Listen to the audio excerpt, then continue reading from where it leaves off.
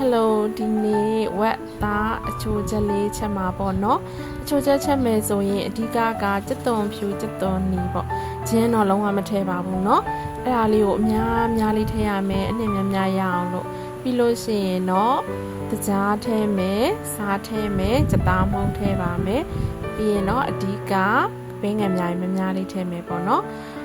ပြီးလို့ရှိရင်တော့သူ့ကိုတတိချာချာလေးနေရပါမယ်အဲ့ဒါမှပဲဒီအသားတွေကိုအရသာတွေအကုန်လုံးဝင်သွားမှာပေါ့နော်အချိုရသာတွေအငံရသာတွေ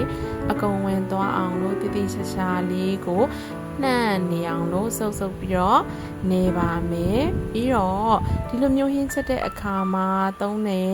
ရေထည့်မယ်ဆိုလို့ရှိရင်ရေနွေးလေးကိုပဲထည့်ရမယ်ထည့်ရင်လည်းပဲသူ့ကိုမြုပ်တယ်ဆိုရင်လေးပဲထည့်ရမယ်အများကြီးမထည့်ရအောင်ဘာဖြစ်လို့လဲဆိုတော့ရေတွေအများကြီးထည့်လို့ရှိရင်သူက